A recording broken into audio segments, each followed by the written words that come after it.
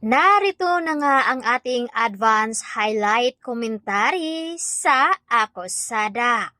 Nagtataka na nga itong si Dennis dahil mukhang nakakahalata na nga itong si Carol.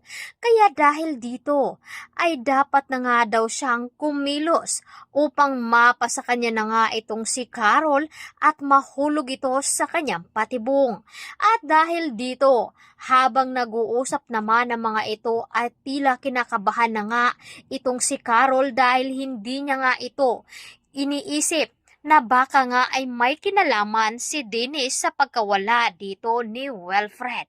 At habang magkausap nga itong si Dennis at Ronnie ay sakto naman na nakita sila dito ni Tristan at mukhang seryoso nga daw ang kanilang pinag-uusapan.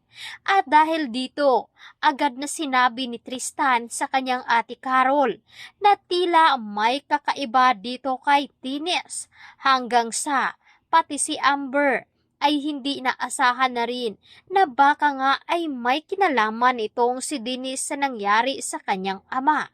Habang nag-uusap nga itong si Carol, Amber at Tristan at sa di kalayuan ay nakita naman dito ng isang investigador na ito nga ay may hawak kay Wilfred.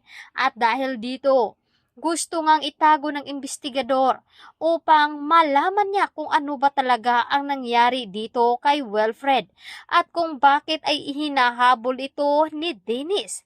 Sa ngayon ay hindi pa nga ito makapagsalita dahil wala pa nga itong malay at sisiguraduhin nga daw dito ng investigador na nagot ang gumawa nito sa kanya at makuha nga daw dito ang hustisya sa kanyang investigasyon sa paghahanap sa tunay na killer dito kay Joy. Habang sa di kalayuan naman ay dito na nga hindi nakatiis itong si Dennis dahil sa mga sinasabi dito ni Ronnie. Lalo pat pinagsabihan ni Ronnie itong si Carol na dapat ay mag-ingat dito kay Dennis dahil hindi niya pa ito lubos na kilala hanggang sa hindi nga nakapagpigil itong si Dennis. Sinugod niya itong si Ronnie at muntika na nga ang sahalin. At dito na nga, kitang-kita dito nila ni Carol, Tristan at Amber ang galit dito ni Dennis kay Ronnie.